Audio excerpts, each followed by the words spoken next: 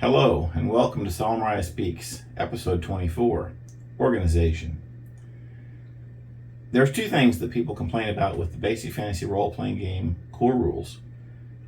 Frequently enough for me to take notice of, not constantly, but frequently. And one of those things is the organization of the book, the way the information is presented, the order the information is presented in. If you aren't familiar with where this came from, the organization of the Basic Fantasy RPG core rules mirrors the organization of the 1981 rules that inspired me, the rules that I was thinking of when I wrote the game. So, naturally, I organized them the same way. The complaint that is generally made about the organization is that it is not an efficient organization for players who are creating characters, that they have to turn too many pages and look in too many places to find the information that they need to generate characters. That's not an unfair description. It does involve some page turning to generate a character. And I have been told that the game should be organized that way to make things more efficient for the players. I disagree. And I'm going to explain why in a little bit here. This all came to my attention after I read a comment left on a review of the game. And in that comment, the commenter stated that he had spoken with the author, that would be me, and did not understand the author's position that the book was laid out perfectly as it was and that it was not going to be changed. I'm not sure I said perfectly. But again, I'll get into that. Maybe I did. I don't know. I might have been being a little facetious. But let's look at this from a logical standpoint. First of all, the contention that the game is not efficient for generating characters is true. But I don't see that that's a problem. Character generation takes place either during your session 0, your first session of your game, however you want to call that, or off stage between sessions. Character generation doesn't usually take place in the middle of a session holding everything up while it happens. It doesn't have to be done in a huge hurry normally, because normally character generation is something you plan time for. So therefore, there's no requirement that it be efficient. And for those who really do want efficient character generation, I will direct you to the basicfantasy.org website, to the downloads page where we have the Beginner's Essential books that are ideal for people who are generating characters, because all the information is just in a few pages. Or as I do, use one of J.D. Jarvis's character sheets, again found on the downloads page at basicfantasy.org, because those character sheets have the page numbers. You choose the edition of the rulebook you're using, print out the character sheets for that edition. The page numbers for every piece of information you need are on the character sheet, making it easier to find the information. You don't have to do much searching, you just have to turn pages. That's my solution to it. Why wouldn't I reorganize the book to make it efficient for player characters? Because in my opinion, the book is organized efficiently for game masters. Player characters don't look up their attack bonus generally very often. Once it's written on the character sheet, the only time they're going to review their attack bonus is when their character gains a level. So they don't do that very often. Same thing with saving throws. They don't look at the saving throws except when the character has gained a level or lost one. Something like that. Only major changes in the life of the player character involve looking that information up. So it being efficient for the player is not necessarily, to my mind, a critical requirement, but being efficient for the game master is. Now, it's true, the game master could download and print out our GM screen, or even a copy of Beginner's Essentials, just to have the tables handy and convenient. But that still leads to the question of how do you organize the book? Now,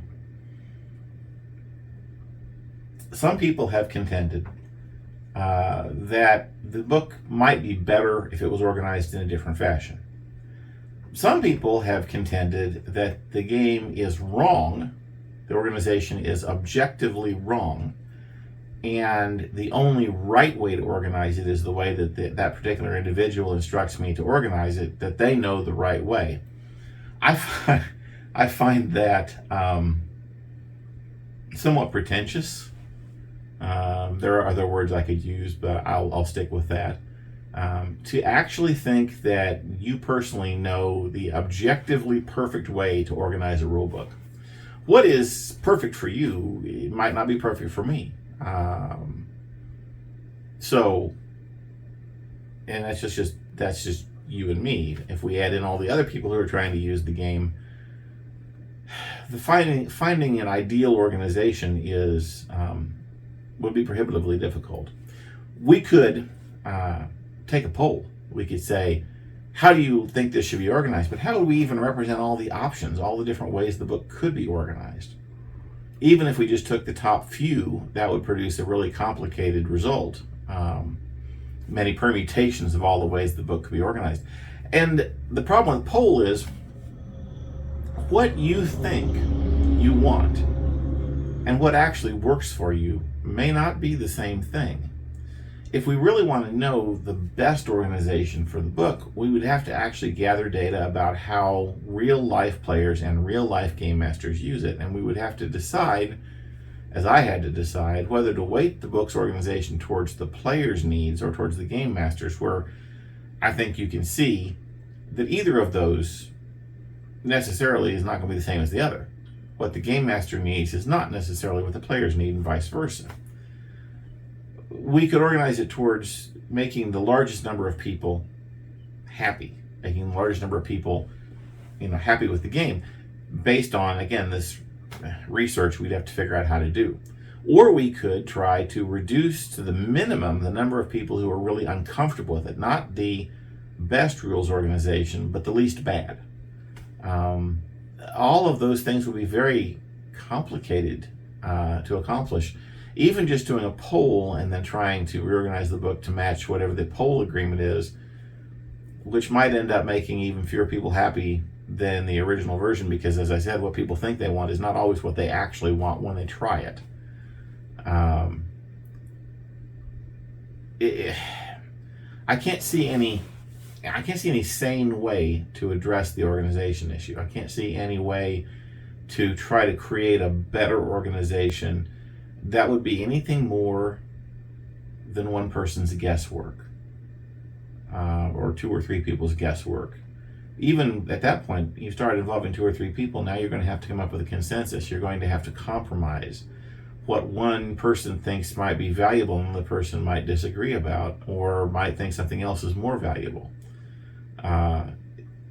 You'd end up with a game designed by committee, for starters, or at least organized by committee. But there's just no way, there's no sensible way to reorganize the book in any other order than the way it already is, where we would know that the reorganization was worth the work. There's just no way. Anybody who believes that they know for sure the right way to organize the book, please don't email me. Just don't. Because I categorically believe that you're wrong. If you think you know the right way to organize a rule book, I believe you're wrong. Because no matter if it is right for you, it's not going to be right for everybody. There's just no way it is.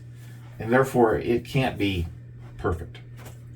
Given that there is no perfect organization, and given that this is a project that is run as a collaborative effort, where we are all doing what we want to do, creating what we want to create. And I created this rule book. I organized it. I put it together. I wrote most of the material in the book and organized all of it in a particular fashion. Rearranging it into another order would be a substantial job. It would be difficult. It would involve a great deal of new layout work to rearrange around the new layouts, besides all the other things that would have to change. And the short answer is I'm not going to do it. I'm not saying, as the contention was given in that particular comment, I'm not saying that it's perfect as it is, but it is as good as we can make it with the information we have. It is better this way than any way we might try to reorganize it, simply because there's no way it would ever be worth the cost in our time we could have spent doing something more useful or more fun. There's no justifying the cost of reorganizing the game. And as I said, we have the screen for game masters who don't find the order to be exactly to their liking in terms of tables, because tables is what people seem to complain about, is where the tables are. That seems to be the number one thing people complain about. Beginner's Essentials, good for game masters or players who just need the tables organized in a few pages. J.D. Jarvis's character sheet for anyone who wants to be able to generate characters efficiently. Still not really sure why that's a priority, but if it's a priority to you, there are options available. The main rule book does not need to be torn apart and reconstructed to meet those requirements. Now, I said there are two things that people complain about. The first thing, the oldest thing, is the organization. People have been commenting on the organization, probably since the second edition. Strangely, people didn't complain much about the earliest edition, but as the number of people playing the game, and particularly the number of younger players, I'm not picking on the younger players, I'm just saying the younger players are used to different organizational standards than the older players are, and so I think the younger players found the book uncomfortable because it wasn't designed to their understanding of how a rulebook should be designed.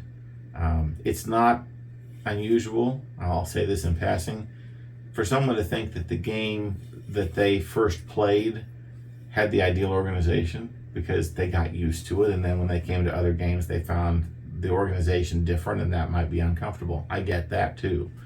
I've had that experience in the past, but I've played enough different games that it no longer bothers me, let's put it that way. The other thing that people complain about is this border. In the 4th edition, I went to the open border design, the open spine design, which produces a more open look.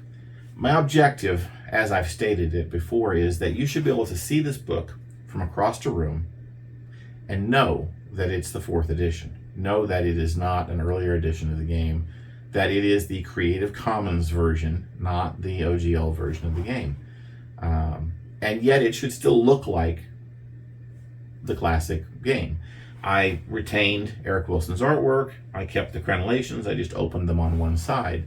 And I realized that made it look more open, which, given the change in license, it is more open. The restrictions applied by the Creative Commons Attribution Share-alike license that we use are much less restrictive than the restrictions of the open game license were. But given that there are people who didn't care for this cover, and I know there's a lot of them, an alternate cover wasn't difficult. This is the alternate cover version in paperback. I also have it available in hardback. Alternate cover version of the Basic Fantasy RPG Core Rules 4th edition. I'm sorry, this is still a 4th edition copy. It is exactly the same book on the inside. It's exactly the same book you've been using all along if you have a 4th edition copy. Same art, same arrangement, same page numbers, everything. But it has a different exterior cover, front and back. On the back, I was forced to omit "Don't buy this book." This is the first book I've got in print that doesn't say "Don't buy this book." But as if anybody ever sees the back cover really very much before they buy it anyway. This book is the same contents and it is the same price.